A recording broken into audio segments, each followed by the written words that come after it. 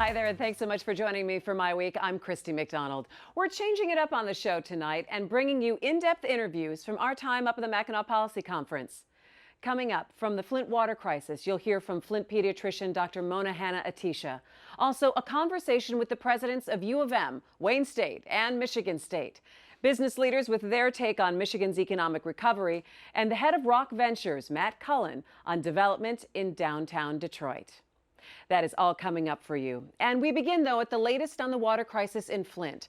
I spoke with Dr. Hanna-Attisha, the pediatrician from Hurley Medical Center, who discovered the high lead levels in Flint children last fall, which was linked to the city's water supply. She is working with MSU Extension to help the families in Flint get the help they need to recover from this crisis. And she is passionate in demanding as many resources as possible. We are in our third year of water that we cannot drink. In April of 2014, this started, and this April started our third year where our people, our children, cannot drink the water. So it's unprecedented to be in the middle of the Great Lakes and to not have access to safe drinking water. And unlike any other disaster or natural disaster that has struck our state or our nation, this is something that we may have to deal with for decades and really generations to come. And we have yet to garner the long-term resources for our kids or for our community to heal. So the water is still a problem, and we keep talking about Flint. I keep talking about Flint because we have yet to invest in Flint so that we can recover, and not only recover, but thrive because of this incident. You sound frustrated. Are you frustrated that the legislature has not come through yet with the funding? Yeah, I'm frustrated. So the governor has a great budget that he's proposed, and it has yet to pass the state legislature. Congress in D.C. has given $0 to Flint. Despite all this talk about Flint, it's a national story. Limited resources have come to Flint, and limited resources have come when you understand the extent of this long-term problem. What has this past 10 months been like for you? Yeah, how has it changed your life? It's significantly changed my life, but in a great way. I feel fortunate to be able to serve my community, to be able to serve my patients. It's been exhausting, but it's been exhilarating. You know, the same urgency that we had when we were doing this research, because we had to know what was happening to our kids, is the same urgency that we have right now, because if we don't keep talking about Flint, you know, they're going to start talking about Zika and some other thing in the state or what have you. So we need to garner the resources for our children. All right, so talk to me a little bit now, Jeff, about how you're working with the community and making sure that people understand that the resources that they have and to be able to help them. Right, so I think what's important to know is Extension, we have 600 people throughout the state of Michigan. Before this ever started, we had 15 people in Flint and Genesee County. So we were there, we have a history there, we have our folks live and work there, and so we've had the great opportunity to work with Dr. Mona and other healthcare providers on health-related issues like what to eat and how to prepare it and where to get it and that sort of thing. We were able to take a class we call Cooking Matters and rotate that content a little bit to include items high in vitamin C, iron, and calcium to deal with the lead absorption issues that youth and kids in Flint were dealing with.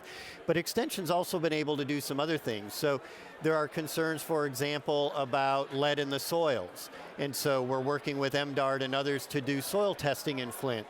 Edible Flint is a big part of what Extension does in Flint. We work with over 800 community gardeners in Flint alone, and to help them grow nutritious foods. We also work with families and parents around stress issues and mindfulness and personal finance issues. And so we're involved in health, and we're lucky to work with Dr. Mona in that context.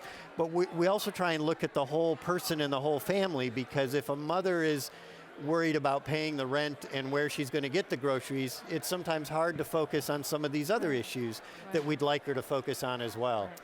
Dr. Mona, what are some of your patients telling you, and kids and their parents? What are they telling you now? So what we're seeing right now and what they're telling us is a lot of stress. They're worried. You see fear in their eyes. They're anxious. They feel guilty. So that's the acute thing that we are seeing and hearing from our patients.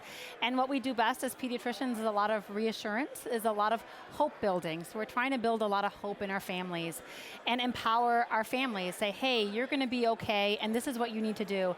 Love your child and sing to them and read to them and talk to them and turn off the TV and put them in preschool and give them this great nutrition and come visit me at every visit, and we'll make sure your kid's okay. But I would think that there would be a problem with trust as well. Absolutely. That people don't maybe exactly trust what they're hearing from programs. And they No. think, well, maybe this could be good, but you know what? I trusted that when I turned the tap on that my Right. water was fine, when it was repeatedly told to me that it was fine. Right. How do you repair that, and how do you play a role in trying to repair that? So building of trust takes time. It takes decades. And the neat thing about MSU and about Hurley, where I'm at, is that we've been in the community for over a century. MSU Extension has been in Flint for over a century, as has Hurley. So we are trusted partners. But it is going to take time to continue working on that trust and that rapport building and sitting down with those families and listening to their concerns and being as empathetic as possible and understanding their frustrations, because they have been through so much. This has been a trauma. The entire community, you can think about, is going through PTSD. So it takes it's going to be a long road to heal and to recover, but just being there, being constantly visible, and providing the necessary resources. Being constantly visible and providing those resources, but also making sure that you're getting to people that know that they have that available to them. Right. I mean, you already have people that are engaged with you. Right. It's also reaching people that maybe haven't even been to a pediatrician Absolutely. in years with their children. Right. Jack. Absolutely. And you're exactly right, and I think that's one of the exciting things that's happening in Flint is a lot of what you see Dr. Mona and others doing is built on a foundation that was already being put in place. So the pediatric clinic moved above the farmer's market a year ago.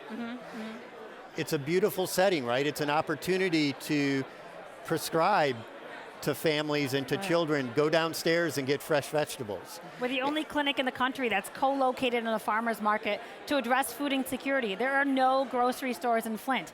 So we give prescriptions for healthy food, and they go downstairs and then get the healthy food. So we were already trying to tackle these other issues that weren't making our kids healthy. And the lead came on top of that. But we already kind of had that foundation. And with all the resources coming in, we only see a brighter future for our kids, brighter than really their yesterday ever was before this crisis. Your voice has been one that has cut through a lot of the clutter and that people listen to. So what would you say to the legislature right now in Lansing about what they need to do for Flint? Yeah, I think it's, they need to put politics aside. This is not a political issue. This is not a partisan issue. This is not who did what when. And this is about children. This is a humanitarian issue. This is about turning on your tap and getting safe water. So we need to all come together, because Michigan cannot be strong until all of our cities are strong. And Michigan can't be strong until all of our children have the same opportunity to be strong. So we need to invest in our kids, the younger the better, because until Flint shines, the state is not going to shine.